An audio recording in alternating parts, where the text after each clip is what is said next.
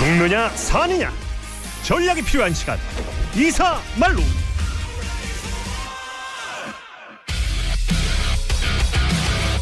이기느냐 지느냐 싸움에서 전략이 필요한 시간 이사말로 윤태곤 더모아 정치분석실장과 함께합니다. 안녕하세요. 안녕하세요. 근데 이사말로 끝났잖아요 사실. 왜냐면 총선 때 마지막 그러니까, 이사말로였는데 그냥 헛스윙 3진으로 끝나고 여권 별로 입장에서 안 좋아. 네. 여권 입장에서는 이제 새로운 게임을 시작해야 되는 상황이 왔어요. 네. 일종의 스토브 리그 같은 거죠. 네. 다음 시즌을 준비하는. 다음 시즌은 뭐 차기 지방선거라고 봐야 되나 대선이라고 봐야 되나 어찌됐건 그죠?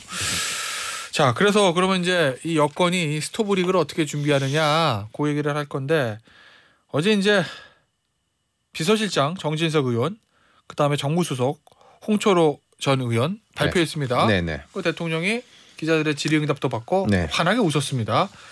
일단 요거부터 보죠. 인선 자체에 대한 평가. 정진석 비서실장 홍철호 정무수석 어떤 몇 점을 주겠습니까? 윤태곤 실장. 저는 뭐 한 7, 80점 정도 줄 수 네. 있다고 생각합니다. 네. 그러니까 총리하고 비서진은 조금 다르긴 해요. 사실은 총리는 좀 더 화합형 네. 뭐 이런 식으로 갈 수 있지만 비서진은 좀 손발을 맞출 수 있는 사람이어야 되는데 예. 애초에 뭐 이동관, 이상민, 예. 장제원 저는 뭐 장제원은 약간 다르다고 봅니다만 그 네. 세 분 중에서 예. 그 이야기가 나왔을 때 도대체 이게 뭐냐 네. 뭐 선거 이겼나 뭐 이런 식의 반응도 나오지 않았습니까? 그에 네. 비하면은 뭐 이 두 분은 뭐 괜찮은 편이고 정진석 의원이 대통령 가깝다 이게 요즘은 강점이 아니라 약점으로 지적되는 세태잖아요. 총선 때부터 좀 그랬죠. 예. 그렇긴 한데 네. 정진석 의원은 뭐 정치 경험이 되게 많고 예. 좀 직선적인데도 합리적인 면모가 있고 이분이 이제 정무수석을 지낼 때 제가 기자였어요. 이명박 정부 때. 네네. 그때 뭐 언론 평가도 괜찮았었고 물론 그게 10여 년 전입니다만은 예. 그 당시에도 이제 뭐 친이 친박의 이런 좀 얽매이지 않는 사람이었고 또 정진석 의원은 그걸 잘 아실 거예요. 우리가 이제 8년 전 선거 이야기를 많이 하잖아요. 2016년 네, 총선이요? 박근혜 정부 때 네. 이제 그 선거에 지고 제가 뭐 칼럼도 썼는데 선거에 진 거보다는 그 뒤에 몇 달이 되게 안 좋았어요. 봤어요, 그 칼럼서. 네. 그러니까 뭐 청와대라든지 당신 청와대죠. 당을 다시 박근혜 대통령 직할 체제로 하면서부터 확 안 좋아졌는데 예. 그때 정진석 의원은 그걸 좀 막으려고 했던 사람이에요. 그 당시에 새누리당 혁신비대위 그렇죠. 를 꾸리려고 했는데 예. 그때 이제 친박 초재선 의원들 20명이 예. 요즘 연판장처럼 뭐 기자회견 해가지고 막아서고 그랬는데 그래서 김용태 혁신비대위가 좌초되고 예, 그리고 네. 김희옥 뭐 네. 이름도 잘 기억 안 나실 거예요. 검사 경북 청도 출신의 이제 네. 원로 법조인이 네. 비대위원장 돼가지고 69일을 조용히 지내다가 네. 이정현 네. 체제로 돌아서고 네. 비서실장은 당시에 이원종 전 충북지사라고 네. 75세 되신 분인데 이원종 지사도 괜찮은 분이었어요. 괜찮은 분인데 이원종이 딱 들어오니까 뭐 김재원 정무수석, 우병우 민정수석 네. 뭐 이런 식으로 포위돼 가지고 아무것도 못 움직였단 말이에요. 그걸 본 사람이니까 그 당시에 정진석 의원이 정진석 의원은 뭐 하고 있었어요? 원내대표. 예. 그러니까 패배한 첫 번째 원내대표였었죠. 그때도 이제 야 이제 우리가 충청권 수도권 이렇게 해야 되는 거 아니냐 친박으로 해서는 안 된다라고 해서 정진석 원내대표가 들어섰는데 그 이후에 힘을 안 실어줬죠. 그걸 나 본 분이니까. 그러면 뭐. 총선 패배 이후에 네. 대통령이 어떻게 나락으로 갔는지 그렇죠. 집권 여당이 어떻게 나락으로 떨어졌는지를 몸소 느꼈고 네. 보고 느꼈던 사람이다. 네. 그리고 그 당시 아까 제가 친박 초재선 의원들 20명이 이제 기자회견 했다고 그랬지 않습니까? 네, 당시에. 네. 네. 그중에 상당수는요. 네. 지금 친윤 중진 의원이 돼 있어요. 그래요? 네. 나 대충 누군지 알 것 같아. 네. 지자체장으로 나간 사람도 있고. 그죠? 그렇죠. 네. 그걸 다 아시니까. 그리고 네. 홍철호 정무수석은 좀 의외예요, 사실. 하마평에 전혀 오르내리지 그러게요. 않은 인물이고 어제도 대통령이 홍 수석 소개하면서 사실 나도 뭐 같이 일해본 네, 게 아니고 네. 추천 받았다라고 말했지 않습니까? 네. 지금 저는 이제 홍철호 의원은 이제 김포에서 재선을 했고 그 이후에 두 번을 떨어져 본 인물. 그러니까 저는 떨어져 본 것에 대해서 좀 더 점수를 주고 싶어요. 네. 그러니까 왜 이게 안 됐는지, 왜 뭐가 부딪히는지를 뭐 겪은 인물이니까. 근데 제일 중요한 거는요. 대통령이 이 두 사람의 말을 듣느냐.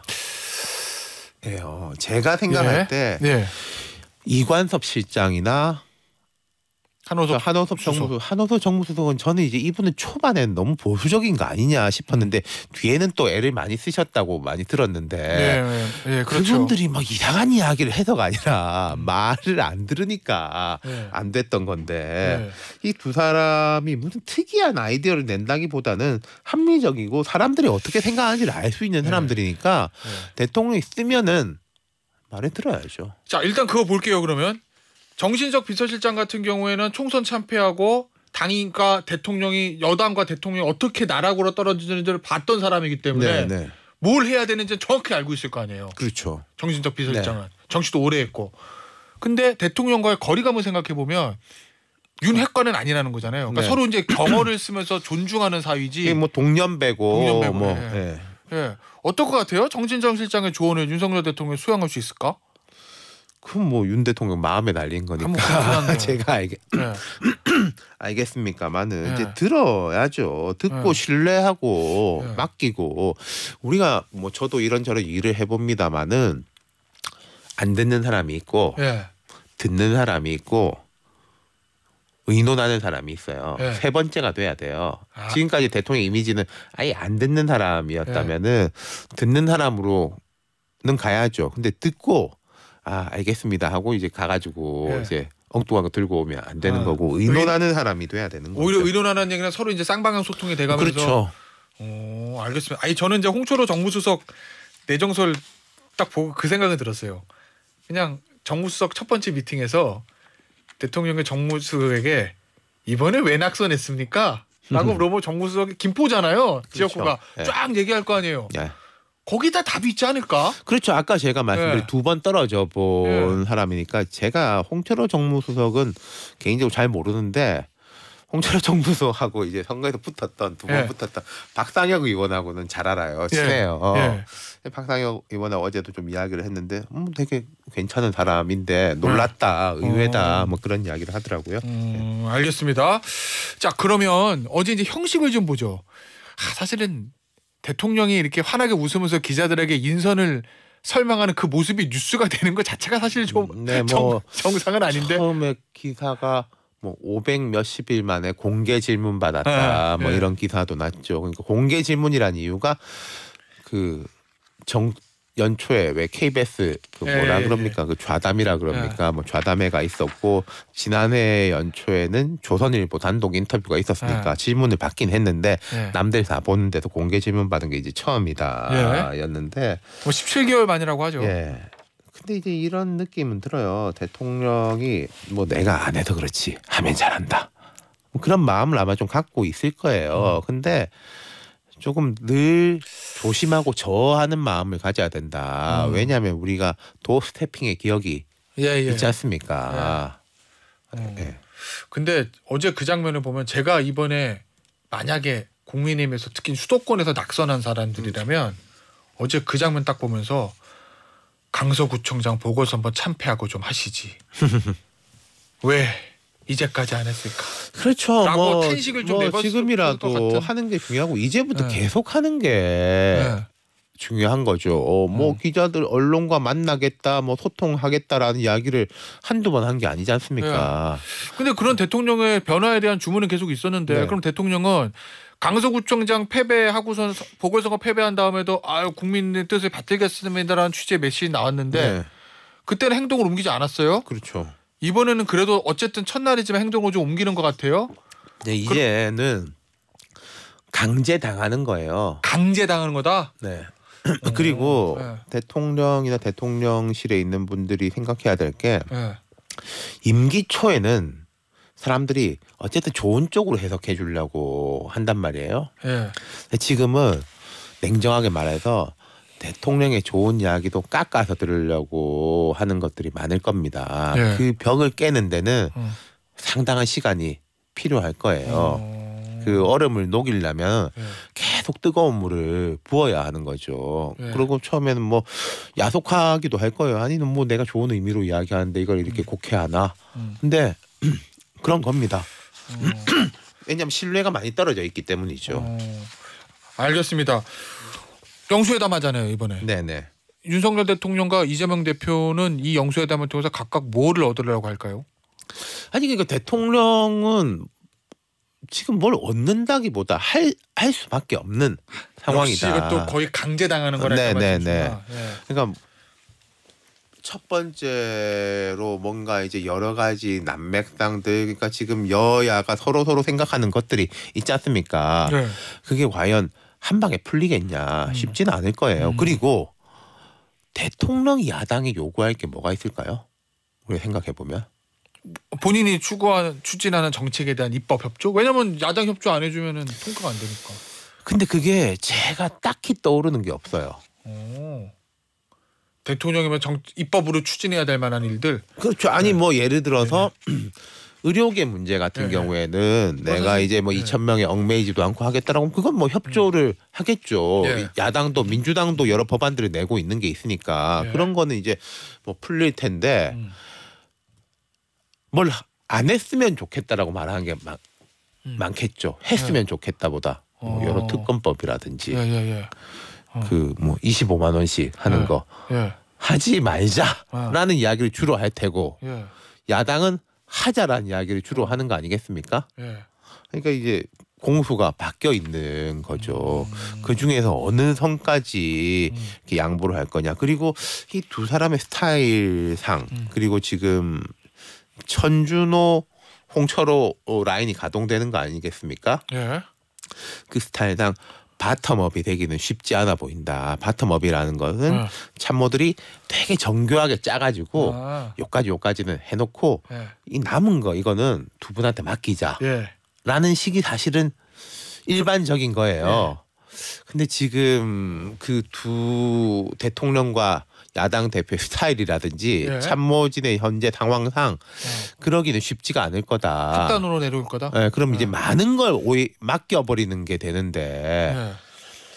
그게 이제 뭐 또 두 사람의 스타일상 그게 더 나을 수도 있을 거고. 어떻습니까? 전망은 이 영수회담 많이 봤잖아요. 근데 이번 정부에서는 첫 번째 영수회담이고 네. 사실은 이재명 대표 입장에서도 정말 기다렸던 영수회담이기 그러니까요. 때문에 뭔가 성과를 내야 될 거고 네. 윤석열 대통령도 뭔가 변화의 모습을 좀 보여줘야 되면 뭔가를 좀 얻는 게 있어야 될 거잖아요. 앞서 전망은 말씀드린 대로 어떠세요? 지금은 야당이 뭘 하자 대통령은 좀 안 했으면 좋겠다라는 쪽이니까 예. 저는 뭐 여러 번 만날 수도 있을 것 같다라는 그래요? 생각도 들어요. 그리고 오히려? 대통령 입장에서 예. 뭐 이제 조국 대표가 나도 만나자 이러는데 생각해 보세요. 지금 뭐 여당 대표가 없죠. 윤재옥 원내대표 네. 체제인데 윤재옥, 이재명, 조국, 이준석 예. 네 사람이랑 같이 만나는 것보다 훨씬 편하지 않겠어요? 오히려 네. 모든 정당 대표 거의 여당 대표 한 사람 꼈는데 그러면 조국 대표하고 이준석 대표 되게 부담스러울 거 아니야. 그렇죠. 대통령 그리고 입장에서는. 또 이재명 대표는 워낙에 이제 다수 의석에 가진 이제 1야당 대표니까 좀 여유도 예. 있을 것이고 또 이재명 대표는 지금 보여야 될 게 뭐겠습니까? 대통령다운 모습 예. 혹은 이제 국가를 운영할 안정적인 이재명 내가 썩 좋아하진 않지만은 그래 뭐 이재명이 대통령 된다고 해도 예. 뭐 되겠네 정도의 느낌을 주는 게 목표 아니겠어요? 일단 뭐 투사로 야당 대표로서의 모습보다는 그렇죠. 미래 대통령으로서 모습을 네, 보여줘야 된다. 대통령 감의 모습을 예. 그 이재명 대표는 그런 모습을 보이고 싶어 할 거니까 네. 또 윤 대통령 입장에서는 그 부분을 활용 아닌 활용을 해야 되겠죠. 그럼 그 얘기는 오히려 이제 이재명 대표가 사실은 이제 강성 발언들 좀 있고 좀 강한 네. 이미지였었는데 그걸 좀 본인의 이미지 쇄신 전략 차원에서 좀 톤 다운 시킬 수도 있다. 그리고 여론조사 뭐 만능론은 아니지만 여론조사에 보면 바로 나와요. 네. 지금 대통령한테는 협치 불통 이미지 깨라라는 거고 야당한테는 민생 네. 협치해라라는 거고 또 이 대표 입장에서는 당에서 네. 뭐 악역이랄까 강성을 해줄 사람들은 되게 많잖아요. 자기가 안 나서도 예. 그건 그 사람들한테 맡기고 굿캅 배드캅으로 한다면은 이 대표는 이제 굿캅 예. 해야죠. 어제 조선일보 일면에 나왔던 나는 앞으로 정치하는 대통령이 되겠다. 요 메시지는 어떻게 평가합니까? 아니 뭐 양면적이었는데 예. 뭐 좋은 이야기다. 예. 그 두 번째는 그럼 뭐 지금까지는 뭐였나 정치 안 하는 대통령이었나 뭐 그런 두 가지 생각이 다 들었죠. 근데 예. 모르겠어요. 뭐 제가 이제 뭐 과거에 이랬다 저랬다보다 앞으로가 중요하니까 뭐 예. 그렇게 하시라. 어. 그리고 예. 지금도 뭐 뒤에 우리가 이야기 나오겠지만은 예. 밖에 있는 사람들보다 안에 있는 사람들하고 잘하는 게 더 중요할 거예요. 그게 무슨 의미? 말이냐면은 여당 예. 그것보다는 더 먼저 대통령실 참모들 예. 다 무슨 이상한 사람들만 있겠습니까? 예. 다 좋은 이야기 하고 지금까지 다 조금씩 흘러나오지만은 국면마다 주요 예. 참모들은 조금 더 유화적으로 가야 된다. 예. 뭐 의료계 문제라든지 뭐 황상무 이 정도 사태도 뭐 그렇게 다 이야기했다는 거 아니에요. 뭐 말을 안 한 게 아니라. 한동훈 비대위원장의 관계 문제도 그렇고. 뭐 그렇죠. 예.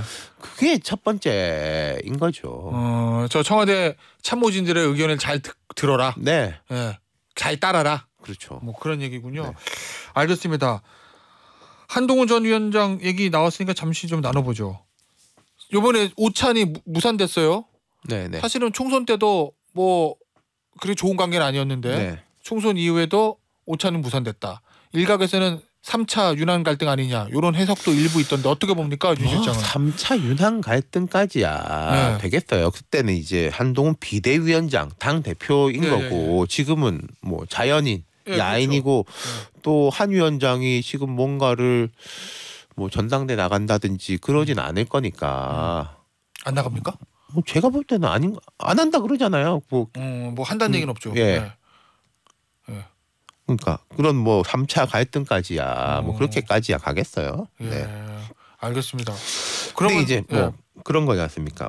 아까 제가 굿캅 배드캅 이야기 들었지만은 이재명 대표 입장에서는 그 센 이야기 해줄 사람 많으니까 자기가 안 해도 된다. 그게 마치 지금 여권에서도 보이는 게 있잖아요. 뭐 홍준표, 심평 뭐 이런 분들 뭐 네. 예.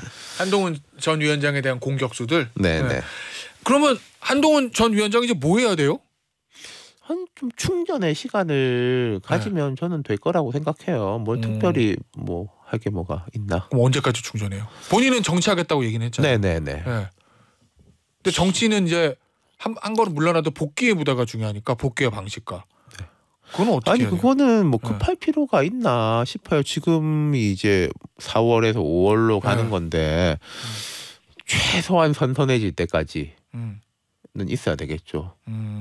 일단 그리고 또 뭐 전당대회가 어떻게 되는지도 좀 볼 테고. 네. 그러면 이제 여론이라든지 용산 당의 움직임과 변화를 보면서 지금 수면하는 그리고 이제 부분이다? 뭐 이번 선거 기간에 본인에게 이제 부족하다고 지적됐던 점들을 채우고 뭐 그러면 되는 거 아닌가 싶은데. 윤 실장은 선거 많이 오래 봤잖아요. 네. 윤 실장 보기에 뭐가 제일 부족했습니까? 뭘 좀 어쩔 수 없었다라는 점들이 많았어요. 그러니까 어쩔 수 없다는 점들이 많았고 그렇게 할 수밖에 없었다. 그리고 뭐 약간 참모진이랄까 뭐 의견 그룹이 부족했다 싶은데 그것도 뭐 급하게 들어왔으니까 뭐 어쩔 수 없었던 면들. 알겠습니다. 그러니까 뭐 두 가지가 있는 거잖아요. 한동훈에 대해 가지고 부족했다고 말하는 점이 정반대 방향인 건데. 홍준표, 심평 이런 분들이 이야기하는 것처럼 대통령을 배신했다. 대통령을 더 잘 따랐어요. 대통령 내세웠어야지라는 쪽에 이야기가 있고 정반대 방향. 아니 더 각을 세웠어야지. 그 애매하게 그거밖에 못했냐라는 게 이렇게 있는 건데. 그러니까 뭐 그건 이제 본인이 판단이 있겠죠. 한 위원장이.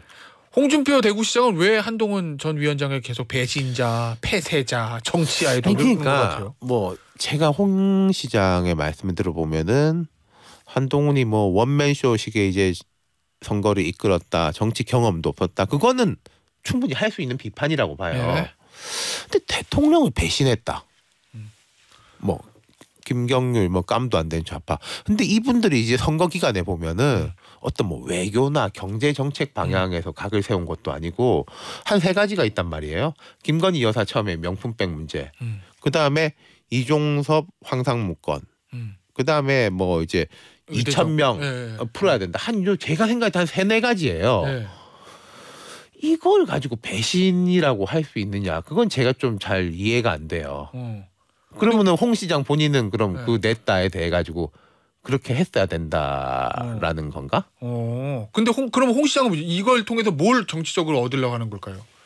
미래 대선 후보의 싹을 그냥 짓밟는다? 뭐 이런 거? 자기는 그게 아니라고 이야기하니까 네. 뭐 믿어줘야죠. 네. 뭐 잘 모르겠어요. 그러니까 뭐 보수의 적자 이런 이야기를 많이 하시니까 네. 그러니까 뭐 밖에서 데리고 오면 안 되고 내가 보수의 적자다. 뭐 결국 나밖에 더 있냐 이런 이야기인 것 같은데 여기서 제가 납득이 하나 또 안 되는 거. 네. 아까 한 4가지 지점 그걸 가지고 대통령 배신이라고 할 수 있냐라는 게 납득 안 된다라는 네. 두 번째는 홍 시장은 이렇게 말하는데 이게 한동훈에만 해당되는 말인가? 대통령한테도 해당되는 말 아닌가? 그 사이 좋은 게 네. 제가 이해도 약간 안 돼. 그게 무슨 말이에요? 아니 그 뭐 정치 경험이 없고 뭐 무슨 뭐 우리를 뭐 다 뭐 어떻게 저떻게 했고 한때 우리를 뭐, 짓밟았고 밖에서 왔고 이런 뭐 얘기. 예. 오 그렇구나. 그게 한동훈에 대한 공격이 아니라 이 정권의 좀 정체성에 대한 예.